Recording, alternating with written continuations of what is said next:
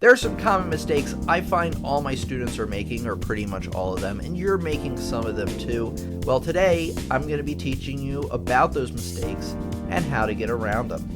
Mistake number one, this really applies to beginners, is that people try to start playing with both hands and they don't have basic musicianship skills. I'm talking about the layout of the piano. I'm talking about reading music.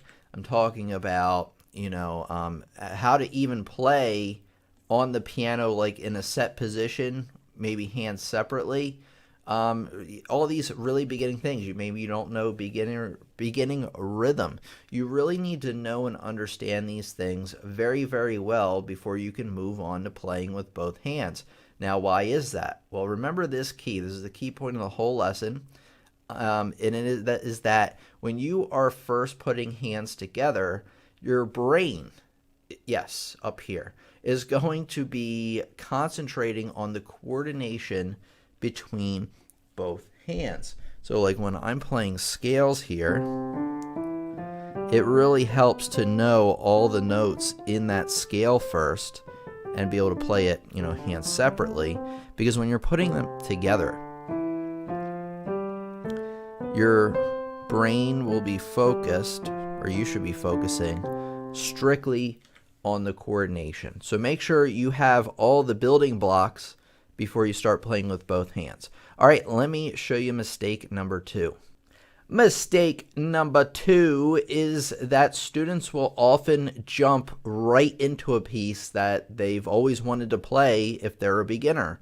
Or maybe you've been playing for a while and you just try a piece that's way, way, way above your level. Now, I think it's worth a shot to try a piece above your level just to kind of see what happens. It could be that you have more natural ability than you thought, but for most cases, it's going to frustrate you, especially with the coordination between both hands.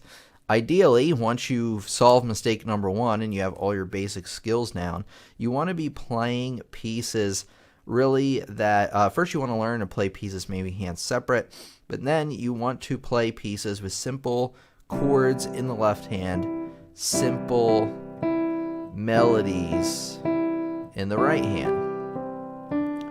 Some of these pieces you might want to start with include nursery rhymes, maybe simple Christmas pieces, things like that.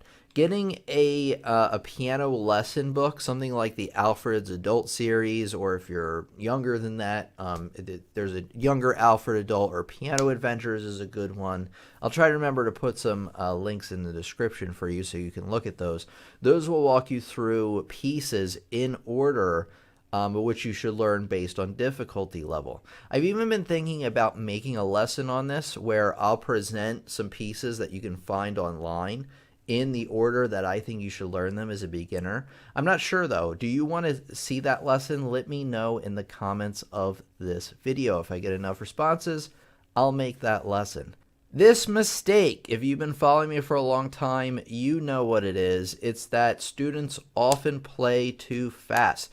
Now, is this a problem only for beginner students?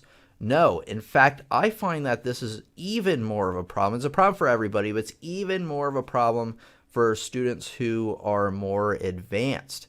Because what will happen is you'll begin learning a piece and, you might start out really slow on it. But especially if it's a piece that you recognize pretty easily.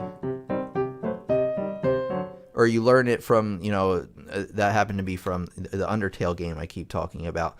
But the thing is that the tendency is to start playing faster and faster towards the full speed of what you're used to hearing that. And it's very natural to fall into that. Even if you start slow, you'll notice during your practice being like, oh man, I'm getting faster and faster. And that's why you'll get to a section all of a sudden where all of a sudden you can't play it. It'll just kind of fall apart on you. And so you need to go back. You need to slow it down. Anytime you're having trouble playing piano, getting coordination down, adding in certain things, it just being sluggish and sloppy, the number one thing you should do is slow down. Mistake number 4 is moving past and ignoring problem areas in your pieces. So you'll be playing a piece and it'll be sounding okay at first.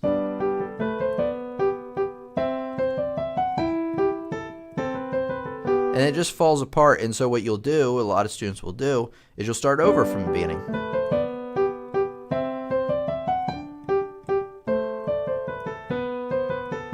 And even though it isn't corrected yet, you'll just kind of plow through it anyway. So you may miss two mistakes there, or I made two mistakes. One, when you make a mistake in a problem area, what you don't want to do is go back to the beginning. What you want to do is go back to the problem area and work it out. I would look at the sheet music and then, really make sure, really practice just that measure, and then come from the measure before. See if you can play through it then. It's even a problem I still have. I'm getting over it, though. I'm getting a lot better about it, where I'll run into a mistake and I'll just kind of fudge through it. But don't do that. Big mistake. All right, let's get on the mistake number 5.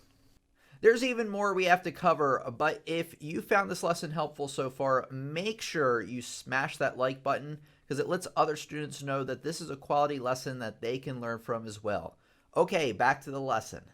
Okay, mistake number 5 is the most important mistake I have on this entire list. Are you listening? Now, it's a bunch of mistakes rolled into one, and they all have to do with how you're sitting at the piano. I just noticed my posture was a little bit off. You want to have good posture. You want to have your, I always called them elbows, your shoulders at your side, but not tense, not up like this. As a little kid, I was always like that because I was always anxious. Don't be like me. Have your arms at your side. Have your hands gently on the piano, not tense, but also good posture. Like really, your core should be the one that's straight. You shouldn't have straight fingers. The reason teachers tell you to curve your fingers is because, if you think about it, if you have your fingers flat like this, then your muscles are actually extending them out like that. It's not a very natural pose, I guess you could say, for your fingers. And actually, if you really bend them, you can bend them to where they start to flip backwards. That's bad. Even flat is bad. So if you right now, put your hand out in front of your piano, like me, stretch your fingers out, like I'm doing, feel the muscles, and then relax all the muscles.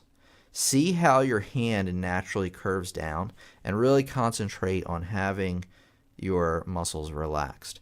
Now, how far you should bend, I know a lot of early piano books will say to pretend like you're holding an invisible ball. Now, I tell really young students that because it's something they can conceptualize a lot easier. They don't really, they kind of get maybe what I was saying before, but you don't necessarily want to have them in a ball, because you could have your fingers engaged or your muscles engaged like that too, almost like you're about to grip something. I don't think that's the right way either. It should be a very relaxed thing, and everybody I notice is a little bit different. I commented on this in the student showcase that we had a week or so ago, where one student looked like they were curving them too much, but that was just naturally, I believe, how they curve their fingers. So just because your fingers don't look like somebody else's doesn't necessarily mean anything, but you want them nice and relaxed. One thing that's really common as well is when you have a